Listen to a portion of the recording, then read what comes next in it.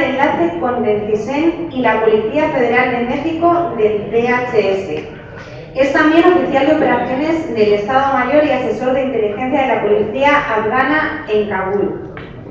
Hablamos de Ron Aledo. Ron, te voy a presentar con una pregunta, y es: ¿quién ganará el pulso en la guerra comercial China-Estados Unidos? Pues mi predicción es que va a ganar Estados Unidos. Pero ya veremos en los próximos meses, porque como voy a explicar, es lo más difícil que tiene en su agenda económica el presidente Trump. Muy buenos días a todos, o buenas tardes allá en España. Aquí en Miami una mañana lluviosa. Muchas gracias por la introducción. Lo que voy a hablar hoy es de las políticas económicas, especialmente lo que nosotros llamamos el trade, international trade, del presidente Trump, que es unas políticas económicas, unas políticas de comercio internacional que son extraordinariamente raras, especialmente en los últimos 30, 40, 50 años de la historia de Estados Unidos. Y trataré de explicarlas para que vean de dónde vienen, cuál es el origen de estas políticas. Y para entender las políticas económicas del presidente Trump, tenemos que entender las políticas ideológicas del presidente Trump y por qué él pone este énfasis en esta doctrina que él está impulsando. ¿Cuáles son sus razones? Y esas razones no son muy bien entendidas fuera de Estados Unidos. Muchas personas fuera de Estados Unidos, en Europa, no las entienden, no comprenden cómo funciona el mapa electoral, cómo funcionan las votantes de base de los diferentes partidos en Estados Unidos. Así que voy a empezar por eso primero, para que sirva de fundamento, para que sirva de introducción a las políticas económicas del presidente Trump. Como les dijeron, estoy en Miami ahora mismo, después de haber pasado por casi todas las agencias de inteligencia de Estados Unidos, por decirlo así, de contratista en la CIA, en la DIA, director en Homeland Security, de la Oficina de Asuntos Mexicanos para Homeland Security, fui oficial de inteligencia para el Estado Mayor Conjunto en el Pentágono, estuve de asesor con la policía afgana, y conozco muy bien cómo se mueve Washington DC y cuáles son las políticas y cuáles son los detalles que mueven la política en el gobierno de Washington DC. Aquí estoy yo en Afganistán, donde he estado ya 3 veces. Aquí estoy en Afganistán a la derecha y también a la izquierda en Washington DC, con el ex director del FBI, Robert Mueller, que es ahora una persona muy famosa, está en la prensa a diario, porque es el fiscal especial ahora que está investigando Russiagate, o sea, la supuesta injerencia de Rusia en las elecciones del 2016. Eso fue allá hace unos años atrás en Washington, D.C. Pues entendiendo la política y el fenómeno de Trump primero, para que sirva de base para entender sus políticas económicas. El Partido Republicano, muy rápidamente les diré que está dividido. Es algo muy común que los partidos políticos se dividan en diferentes facciones, diferentes tendencias. Eso pasa a común en España, cuando hay elecciones internas o primarias internas, ya sea en el PSOE, en Podemos, etcétera, que hay diferentes tendencias. Pues el Partido Republicano no es la excepción. El Partido Republicano siempre ha estado dividido en 2 facciones, por lo menos en los últimos 35 años. El Partido Republicano está dividido en lo que podemos llamar, decimos aquí en Estados Unidos, de neocons o neocones, neoconservadores, neocones, que usualmente tienen también una política muy de halcón, muy belicista, y que se queda políticamente en lo que llamamos facción moderada. Hasta hace poco, hasta hace unas semanas atrás, hasta que falleció, el líder de los neocones, que son anti-Trump, que de hecho se oponen constantemente a Trump, era el senador John McCain de Arizona. Muy posiblemente ahora John McCain, se dice aquí en Estados Unidos, va a ser reemplazado, obviamente acaba de morir, por John Kasich, que es el gobernador de Ohio. Y por el otro lado están los paleoconservadores de Trump, lo que nosotros decimos aquí de old right, la derecha vieja, que eso es la derecha más nacionalista, más patriótica, de unos valores mucho más conservadores que los neocones de John McCain. Para que entiendan la filosofía política detrás de los paleoconservadores, pues está Chesterton, está Edmund Burke, Lord Acton, Sam Francis, Thomas Fleming, son de donde deriva esta ideología, que es una ideología muy nacionalista, pero no nacionalista del sentido español, nacionalista del sentido americano.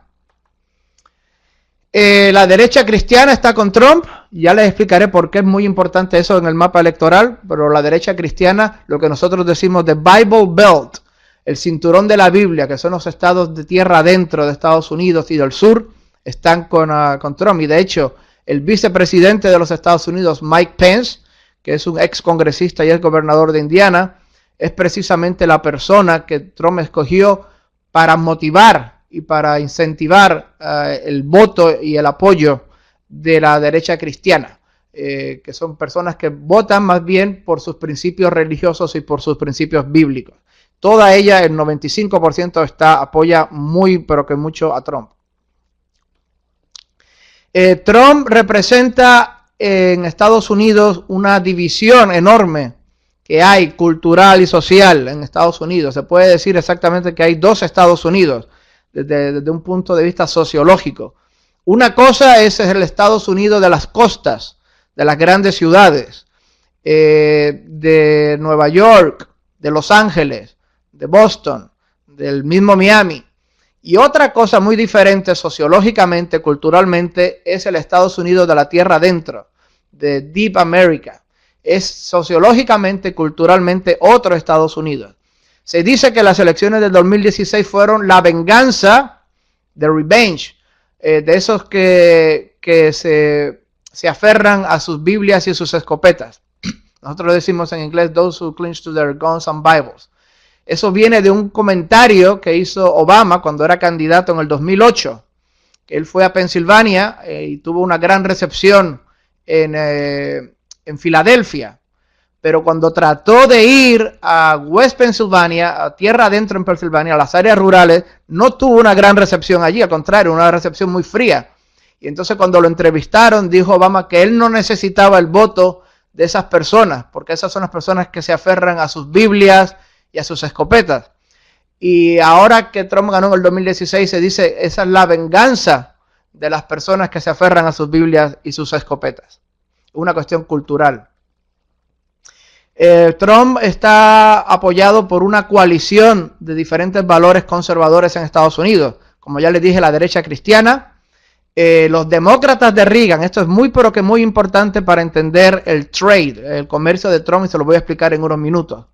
Las personas que son pro cultura occidental, nacionalistas económicos, que de ahí es donde viene el America First, y también los libertarios. Libertarios es una tendencia que existe en Estados Unidos de personas que quieren un gobierno mínimo, que interfiera mínimamente en sus vidas, con mínimas leyes, que tengan la mayor parte de libertad. No hay que confundir a los libertarios, libertarians, como decimos aquí, con los liberals. Liberals es otra cosa. Liberal es lo que podríamos llamar un centro izquierdista, un progresista. Pero aquí los libertarians, que siguen usualmente la escuela austriaca, que siguen aquí a Ron Paul, son otra cosa completamente diferente a los liberals. Todos ellos apoyan el gobierno de Trump. Trump se ganó la fama que se ganó por estar en contra de lo políticamente correcto. Introdujo otra vez un lenguaje que ya no estaba de moda, llamando inmigrante ilegal al inmigrante ilegal, algo que la administración Obama se negaba a hacer, llamando terrorismo islámico al terrorismo islámico, algo que también la administración Obama se negaba a hacer. Trump oficialmente dice Feliz Navidad, Merry Christmas, no dice Happy Holidays ni Felices Fiestas, sino que va en contra de lo políticamente correcto, y eso tiene un impacto muy fuerte sobre sus votantes y su base. Se dice que los cerebros de Trump, tanto a nivel económico como político, son estas dos personas. Pat Buchanan, que fue asesor del presidente Reagan y fue también asesor del presidente Nixon, y es ahora periodista. Se dice que lo que está haciendo Trump es 90-95% parecido a la plataforma que Pat Buchanan tuvo en los años 90 cuando él intentó ser el líder del Partido Republicano. Y obviamente ustedes, estoy seguro que conocen a Steve Bannon, que es como quien dice el agitador político de las fuerzas que apoyan a Trump. Es el arquitecto político, el asesor político, fue el asesor de la campaña, fue asesor en la Casa Blanca, y es quien ha hecho esta coalición de diferentes tendencias ideológicas que apoyan a Trump.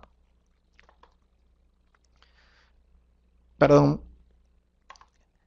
Si fuéramos a estudiar la política de Trump desde una perspectiva europea, así es como se vería más o menos los diferentes candidatos políticos de Estados Unidos, especialmente a Trump desde una perspectiva europea. A la izquierda del todo tendríamos lo que serían los que apoyan a Bernie Sanders, que todavía lo apoyan, es senador por Vermont en el Senado, que es lo que sería una izquierda bastante militante. En una centro izquierda, los que apoyaban durante el 2016 a Hillary Clinton. Los moderados neocones del Partido Republicano estarían representados por John Kasich, que es el centrista, por decirlo así, radical de centro. A la centro derecha se podría ver aquellas personas que apoyaron a Ted Cruz, el senador de Texas. Y obviamente a la derecha del todo, ya completamente a la derecha más conservadora, se podría ver a los que apoyan a Trump, que es lo que sería en Europa o el Partido del Pueblo, por decirlo así, the People's Party. Así es como se vería las diferentes fuerzas políticas de Estados Unidos si Estados Unidos tuviera un parlamento a la europea, que obviamente no tiene. Trump tiene también el voto y el apoyo de las personas pro-militares de defensa, y eso también es una gran industria económica en Estados Unidos. Y Trump, obviamente, para incentivar a este voto pro-militar, puso de ministro de defensa, de secretario de defensa, a John Mattis, el general de los Marines, que es una leyenda entre los conservadores militares de Estados Unidos. Una de las famosas quotes de John Mattis: sé profesional, sé cortés, pero tengo un plan para matarlos a todos. Eso es obviamente una de las cosas que más anima al voto conservador. Apoyando a Trump, apoyan a John Mattis. Esta es una imagen humorística de John Mattis. Le llaman San Mattis de Cuántico, para que tengan una idea de qué tanto tiene una fanaticada, por decirlo así, de seguidores, unos fans, el general Mattis. Como les dije, Trump está a favor de la derecha cristiana y hace montones de leyes y hace montones de órdenes ejecutivas para mantener contentos a la derecha cristiana, conservadora, provida, etcétera, en Estados Unidos. Trump, uno de los mayores obstáculos que tiene, por eso les digo que tienen que tener mucho cuidado, muchísimo cuidado, especialmente la gente en Europa, en Italia, en España, en Alemania. Una de las cosas que tiene completamente en contra es cómo la prensa lo describe. Una cosa en la vida real es lo que está pasando y quién es Trump. Otra cosa completamente diferente es lo que la prensa lo describe al mundo exterior. Les voy a explicar una cosa. Aproximadamente el 80 al 85% de todos los periodistas, editores de periódicos, anchors en TV, todos los que salen periodistas en las grandes cadenas de televisión, CNN, todos son completamente anti-Trump. Ellos confiesan abiertamente que votaron por Hillary Clinton, que hicieron todo lo posible para que Trump no saliera elegido. Y entonces, a pesar de eso, a pesar de todo eso, Trump salió elegido y ahora hacen todo lo posible por presentar a Trump de una manera negativa, de una manera completamente anti-Trump en sus reportajes escritos, en sus reportajes televisivos. Y eso es lo que llega a los medios locales en Europa.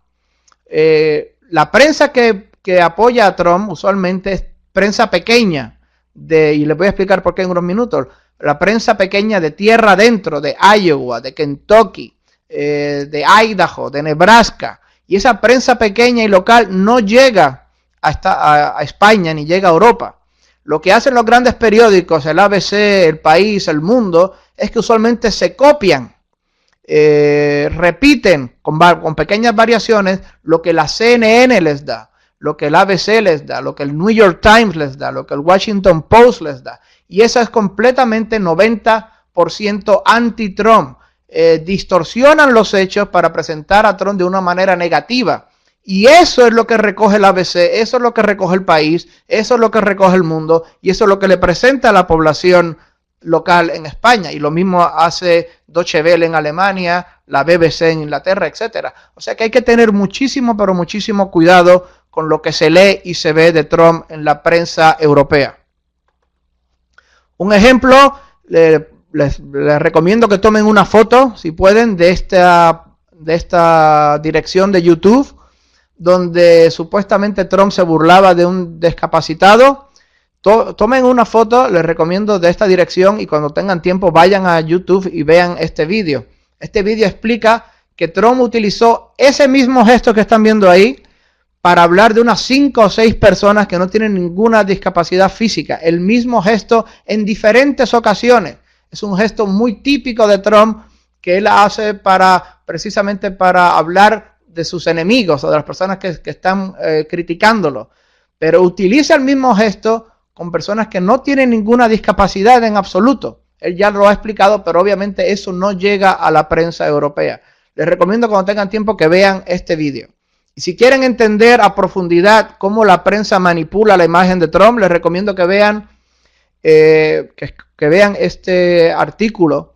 Es un brillante escritor libanés, americano, Nassim Nicolás Taleb, y él explica precisamente de una manera muy brillante cómo la prensa es manipuladora de la imagen de Trump. En este artículo, The Facts Are True, The News is Fake.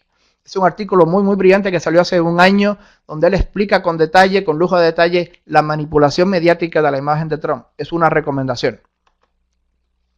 Ahora, yendo al comercio, tenemos que entender, ya que sabemos de dónde vienen los votantes de Trump, la filosofía política de Trump, tenemos que entender cómo esto se aplica al comercio internacional. Y esto es lo que hay que entender. En Estados Unidos, el que gana la presidencia de Estados Unidos, lo gana porque gana una mayoría de estados.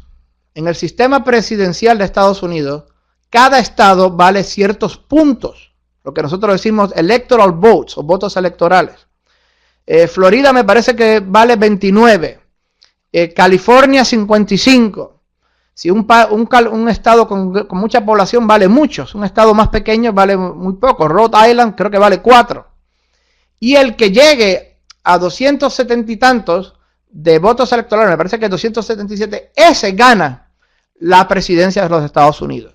Es por puntos, no es por quién vota más a nivel popular, contando los votos. Es el que tenga más estados, el que gane más estados y llegue a esa marca de 277, ese es el presidente. ¿Qué es lo que pasa en Estados Unidos? Los estados de las costas usualmente siempre van a votar demócratas. Son los estados de izquierda. California. Creo que Hillary Clinton ganó California por más de 2 millones de votos. Nueva York, New Jersey, Connecticut, Massachusetts. Todos esos estados siempre votan de izquierda.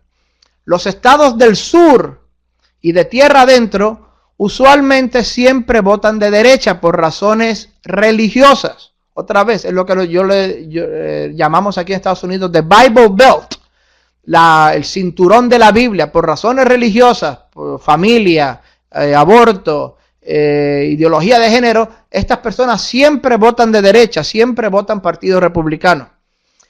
¿Qué pasa? Hay unos estados que son los estados que verdaderamente deciden quién gana, que es lo que nosotros decimos aquí, los estados púrpura, the purple states, o los estados swing states, que son los que se pueden ir o con el Partido Republicano o con el Partido Demócrata, dependiendo de la situación particular de ese año.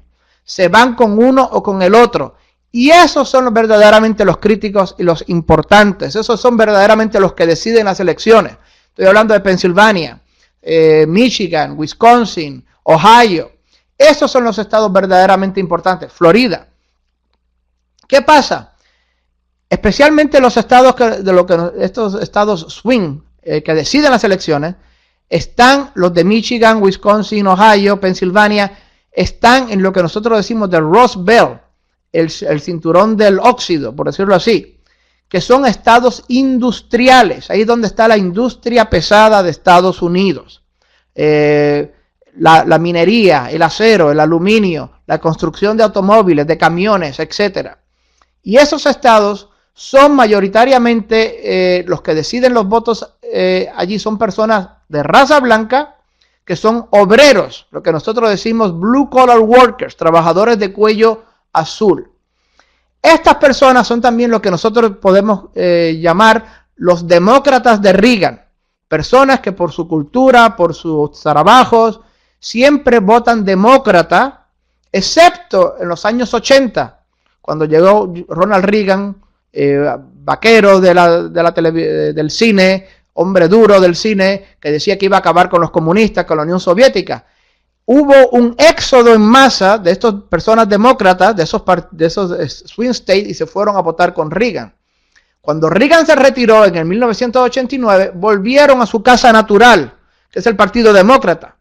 Hasta ahora, con Trump, han vuelto 30 años después a abandonar el Partido Demócrata y se han instalado otra vez en el Partido Republicano por Trump. ¿Y qué hizo Trump para ganarse el apoyo de estas personas? En primer lugar, su mensaje políticamente incorrecto. Y en segundo lugar, les prometió que sus trabajos de obreros, de producción industrial, iban a volver a sus estados, a Wisconsin, a Ohio, a Michigan, a Pensilvania. Así fue que ganó Trump las elecciones, con el voto de estos obreros de fábricas, de producción, que han visto cómo en los últimos 10, 15 años sus fábricas han cerrado. Trump les dijo, les prometo que sus trabajos volverán. Así que podemos ver que Trump no tiene opción, pero está obligado y súper obligado a renegociar tratados comerciales internacionales con un solo objetivo en mente. El objetivo es que las fábricas se vuelvan a abrir en Estados Unidos, que haya mayor producción industrial en Estados Unidos, especialmente en esos estados que fueron los que lo llevaron a la presidencia. Esto es muy importante porque si no, no se entiende para nada de dónde viene el origen de las políticas económicas de Trump. ¿Qué dice Trump sobre el comercio internacional? En primer lugar, nacionalismo económico. Renegociar los tratados a favor de los trabajadores. Es importante, es su promesa.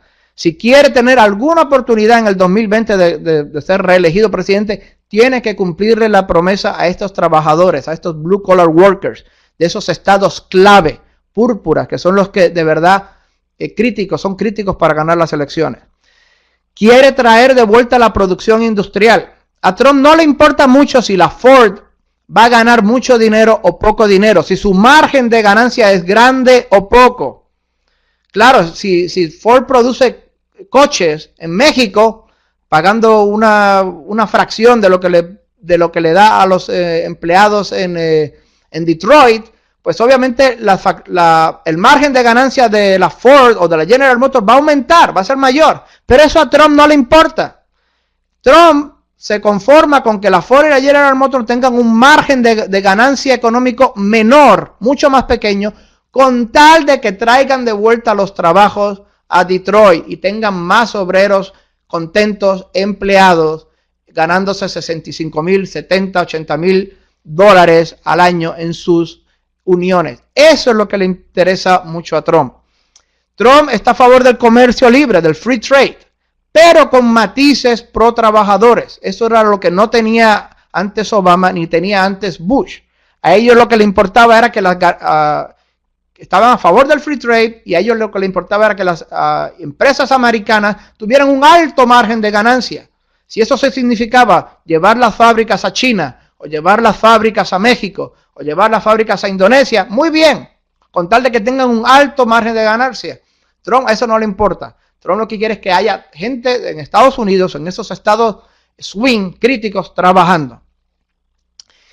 Trump, parte de su filosofía es que tiene que haber, los tratados de libre comercio tienen que ser muy limitados con los países del tercer mundo o pobres, que tienen que ser específicos para productos específicos.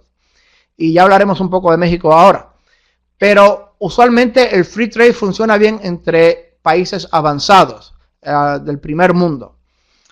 Trump utiliza los aranceles, utiliza los tariffs de una manera muy, como un cirujano que va a operar un ojo, muy específicas y muy concretas para presionar a sus contrincantes. No enemigos, contrincantes. Trump habló hace poco de que la Unión Europea era un foe. Pero recuerden, foe no significa como tal enemigo, significa contrincante, contrincante de boxeo, contrincante como el Real Madrid y el Barça, contrincante como contrincante político. Es contrincante, no es enemigo. Pero Trump utiliza esos aranceles para poner presión en esos foes, en esos contrincantes económicos.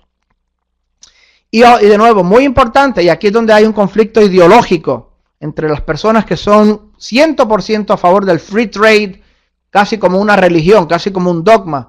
El free trade no se puede tocar ni alterar para nada, tiene que estar en su estado más puro. Y Trump no, Trump lo modifica, Trump lo convierte en algo propio.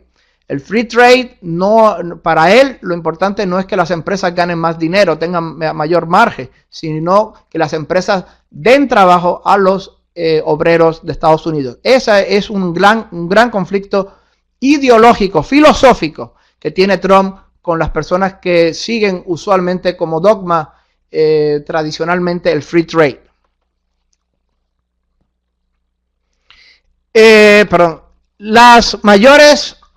Los mayores retos que tiene Trump pues son México y Canadá, reemplazar el NAFTA de 1993, la Unión Europea y obviamente China, que es el mayor y el más difícil de los obstáculos que tiene Trump.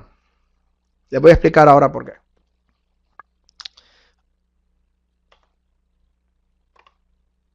Ok, aquí está Trump hablando de su filosofía de free trade. Hay que entender esto. Esto es Trump en sus propias palabras, en sus discursos económicos, palabra por palabra. Yo estoy por el libre comercio. Después de todo, yo hago negocios por todo el mundo. Pero mirad, el tratado que Obama hizo con Corea del Sur es tan malo que da vergüenza. Que cuesta creer que alguien firmara eso. No detendrá en nada el imbalance comercial, el déficit. Y más aún ayudará a destruir nuestra producción y acabará con puestos de trabajo aquí. De nuevo, eso es lo más importante que Trump tiene en la cabeza. Puestos de trabajo, puestos de trabajo. Y acabará con los aranceles, con los tariffs que Corea nos paga para vender sus productos aquí. Leyendo lo que Trump dice sobre el free trade se puede entender su filosofía, su ideología sobre comercio internacional. Estableceré la Oficina de Comercio y Producción de la Casa Blanca. Su misión es defender a los trabajadores americanos y las empresas de esos que quieren robar puestos de trabajo, otra vez, puestos de trabajo y amenazan nuestra base de producción. Eso es para Trump lo más importante. Esos trabajadores de Wisconsin, Ohio, Pensilvania, etc.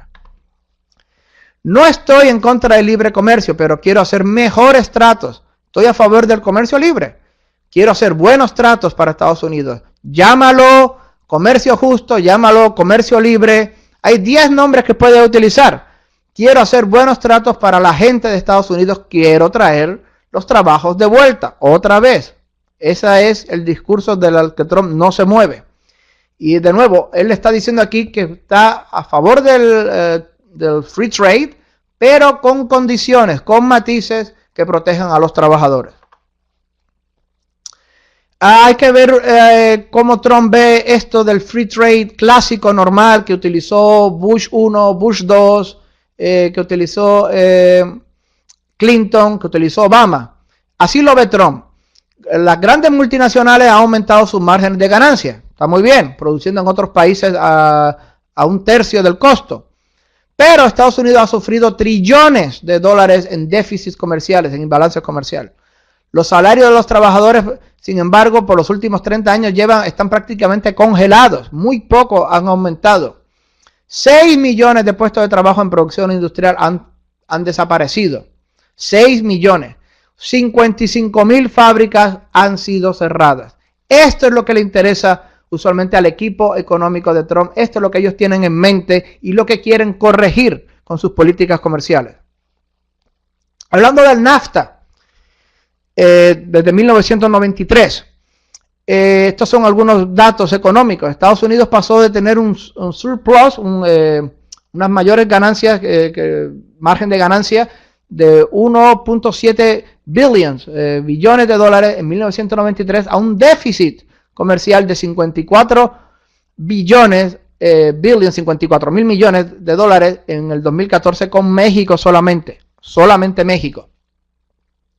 El sector del automóvil, que es uno de los pilares de Estados Unidos, ha perdido unos 350.000 puestos de trabajo, mientras al mismo tiempo en México los puestos de trabajo en el mismo sector del automóvil han pasado de 120.000 a más de 500.000, a 550.000. O sea que mientras los empleos del automóvil bajaban y bajaban en Estados Unidos, al mismo tiempo subían y subían y subían y subían en México. Obviamente ahí están las fábricas que Ford, General Motors y Chevrolet movieron a México.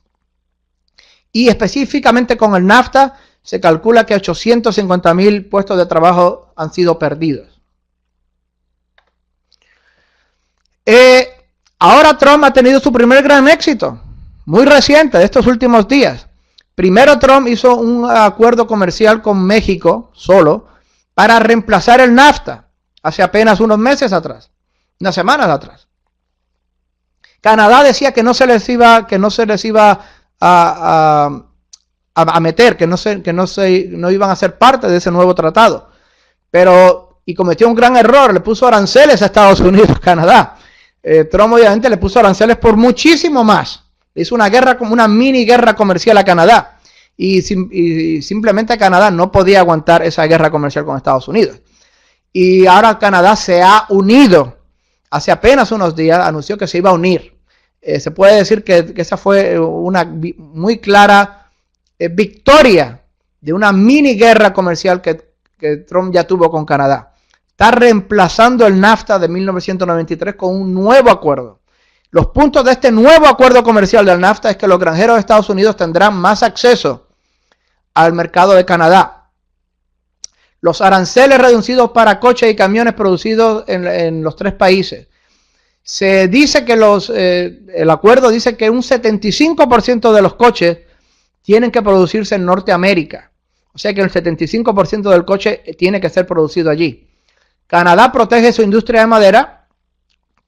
Y otra vez, Estados Unidos mantiene bajos aranceles agrícolas a los productos mexicanos. Estados Unidos siempre le ha tenido unos aranceles mucho menores a los productos agrícolas mexicanos que a los canadienses. ¿Por qué? Porque los productos agrícolas que produce Canadá, que está en el norte, de un clima igual que el de Estados Unidos, son idénticos a los productos agrícolas que produce Estados Unidos. Por eso la competencia, el conflicto.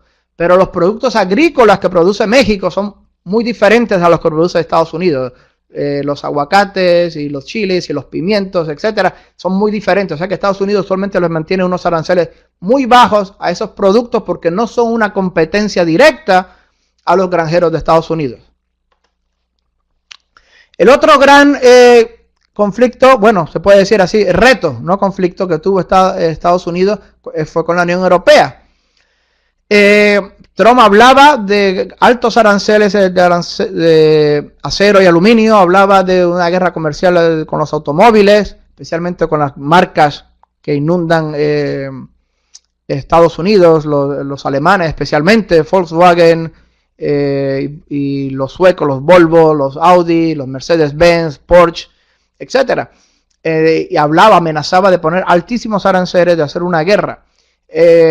Los europeos simplemente escucharon esto y no se atrevieron a llevarlo más adelante. Rápidamente Jean-Claude Juncker en julio dijo que estaba dispuesto a negociar con Trump y a sentarse y a hacer un tratado que evitara cualquier guerra comercial, cualquier guerra de aranceles. Se busca eliminar los aranceles de los cars, de los coches. Estados Unidos, la Unión Europea comprará más gas líquido y soybeans, soya, a Estados Unidos. Trump dice que la Unión Europea le impone un arancel de 10% a los coches y quiere eliminar eso, a los coches americanos que se venden en Europa. Y Trump quiere terminar lo que él ve como un déficit de 150.000 millones de dólares con la Unión Europea. Estas son las cosas que Trump amenazó. Rápidamente Europa escuchó y ahora se ha sentado a negociar y parece que se va a resolver de una manera amistosa. O sea que podemos ver que Trump ya lleva 2 victorias económicas muy importantes. Primero con México y Canadá con el NAFTA y rápidamente con la Unión Europea. Son 2 victorias consecutivas y muy que casi al mismo tiempo que Trump ha conseguido. Hablando de España, pues yo no creo que haya ningún tipo de conflicto mayor con España, no creo que haya ningún tipo de conflicto. España está integrada en la Unión Europea y Trump hace negociaciones directamente con la Unión Europea, que incluyen a España. El embajador de Estados Unidos en España es una persona muy amigable, yo he hablado con él, lo he conocido en su casa y está dispuesto, un hombre de negocios de Carolina del Norte, está dispuesto a seguir con la vía del diálogo y de los negocios, especialmente de negocios agrícolas que se venden aquí en Estados Unidos. Créanlo o no, se ha hecho muy famoso últimamente la tortilla española, se está tratando de importar el jamón serrano, aunque el prosciutto italiano es el que más fama tiene aquí en Estados Unidos, pero no veo ningún conflicto mayor entre España y Trump. Ahora bien, con un gobierno socialista ya muy reciente, aumenta un poquito más el riesgo, pero no más bien comercial, sino ideológico. Cualquier cosa que el presidente del gobierno de España actual socialista diga en contra de las políticas de Trump o criticando a Trump, Trump tiene muy buen oído y posiblemente eso se podría ver Trump respondiendo por un tweet o respondiendo de una manera agresiva. Él responde de una manera muy agresiva a todas las críticas. O sea que ese es un riesgo que veo. Pero aparte de eso no veo ningún otro riesgo con España. A Estados Unidos le interesa mucho tener a Rota y a Morón, las bases militares que de hecho están aumentando, están creciendo en España. También obviamente si hay algún conflicto entre Estados Unidos y la Unión Europea, pues obviamente me parece a mí que España apoyará sin duda la posición de Alemania, de Merkel, de la Unión Europea sobre la posición de Estados Unidos para tener así un frente común europeo. Pero aparte de eso no veo ningún mayor riesgo ni ningún mayor cambio entre Estados Unidos y España. Claro está, el gran conflicto o la gran prueba que tiene Trump es China. China es el gran obstáculo que todavía está sin estar resuelto entre Estados Unidos. Y ahora yo creo que una vez que Trump se ha sacado del medio el NAFTA, México y Canadá, que ya va muy adelantado con la Unión Europea, yo creo que ahora Trump sí se va a concentrar completamente en China. Quiere renegociar todos los tratados comerciales, utiliza la geopolítica militar, la utiliza para presionar a China. Taiwán, el reconocimiento de Taiwán o no, ayuda, venta de armas a Taiwán, poner los THAAD, the Terminal High Altitude Air Defense, los THAAD están en Corea del Sur y eso ha molestado e irritado muchísimo a China, porque los THAAD tienen un poder extraordinario para detectar cualquier cosa que se mueva en el aire, avisa a los Patriot, puede derribar, tiene un poder extraordinario sobre el espacio aéreo. Y Trump recientemente ha puesto esos THAADs en Corea del Sur y en Japón, y eso irrita muchísimo a China. Y eso obviamente Trump lo está utilizando como piezas para presionar, no solamente a nivel económico, pero geopolítico militar a China. Y Trump lo que quiere obviamente es renegociar con China el asunto comercial desde una posición de fuerza. China es la fábrica de Estados Unidos en los últimos 15 años. Es la gran fábrica. Esas 55.000 fábricas que yo dije que se han cerrado en los últimos años en Estados Unidos, algunas pocas obviamente han ido a México, pero a donde de verdad han ido es a China. Si a un obrero de Estados Unidos le tienen que pagar seguro médico, recuerden, en Estados Unidos no hay seguridad social como en España. las empresas le pagan seguro médico, seguro dental a los empleados. Tienen que cumplir con muchos requisitos que piden las uniones. Y le tienen que pagar un sueldo de 60, 65 mil, 70 mil dólares al año. A un obrero chino no tiene que hacer nada de eso y se le paga una fracción de la fracción de lo que se le paga a un obrero americano. O sea que era muy buen negocio para las empresas norteamericanas cerrar las fábricas en Estados Unidos y reabrirlas en China. O sea que es la nueva fábrica de Estados Unidos, China. China entró en la Organización Mundial del Comercio en el 2001 y Estados Unidos, Trump, culpa obviamente del éxodo de fábricas y unos 5 millones de puestos de trabajo perdidos más que nada a China. Trump dice que China ha crecido en los últimos 15 años o 20 años, ha crecido económica y militarmente a costa de Estados Unidos, así como la garrapata, por decirlo de alguna manera, que chupa la sangre y crece de tamaño. Pues dice que a costa de esos trabajos de Estados Unidos, China ha crecido, China ha aumentado, China se ha convertido en una gran potencia económica que no era hace 20 años atrás, a costa precisamente de esos trabajos, de esos acuerdos comerciales con Estados Unidos que, dice Trump, son completamente pro-China. Y China se ha convertido militar y política y económicamente en una gran potencia, solamente succionando esa fuerza vital económica de Estados Unidos. Lo que se espera, los expertos dicen que Trump va a hacer con China, es poner aranceles masivos en todos los productos, 25% en múltiples productos chinos. Si bien Trump hacía los aranceles de una manera como un cirujano, aquí y allá, con mucho cuidado, cuando hablaba con Canadá o con México o con la Unión Europea, esa es la forma de negociar de Trump, para llevarse una ventaja, para negociar de la fuerza, se espera que imponga aranceles masivos en casi todos los productos hechos en China. 25% para forzar aún más a China a negociar o a renegociar. Recuerden, está utilizando la fuerza militar, geopolítica, con Taiwán, con Corea del Sur, con Japón, y también va a utilizar, se esperan los expertos que utilice masivamente el poder económico y los aranceles contra China. Se cree que el... Ron, no sé si me estás escuchando. Sí. ¿Me escuchas?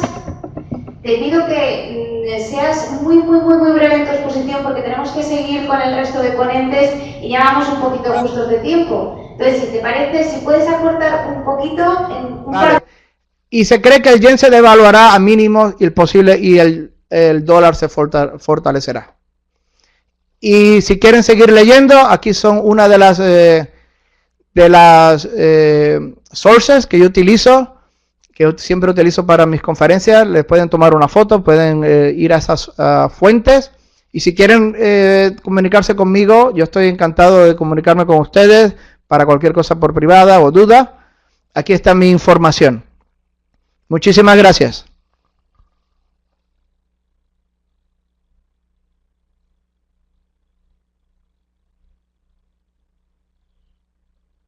Esto concluye mi presentación.